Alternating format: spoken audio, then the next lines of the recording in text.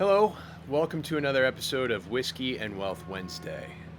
I thought today what we would do is just kind of think about and reflect the last year. Over the last 12 months, unexpected things happen, and I think there are three primary takeaways from my perspective. Number one is wacky stuff happens. As they like to say, unprecedented events. I mean, how often would we ever think that oil would actually have a negative cost structure? It was costing less than zero. In a span of 3 weeks, 90 to 95% of all flights are shuttered. And all the other things that we can think about. And then, of course, what does that lead to? It leads to a heightened emotional state.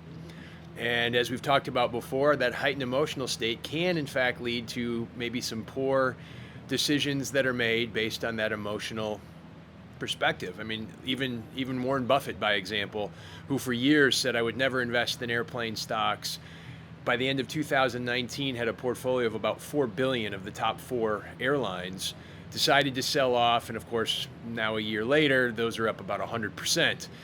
And personally speaking, I remember being stuck on the cruise ship and the markets are tanking and people are making a run on toilet paper and all these types of things, and my emotional disposition kind of got a little wonky, a little bit sideways at the time. And so I think what that does for us, though, when we reflect on all of these things that go on, is we need to then focus on the discipline and the process that got us there, to really realize this may happen again in some degree, some form or fashion, and to be prepared for it and to make sure that we take the appropriate action steps if something like this happens again. Oh, by the way, I'm drinking Masterson's.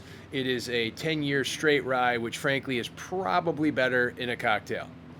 Cheers.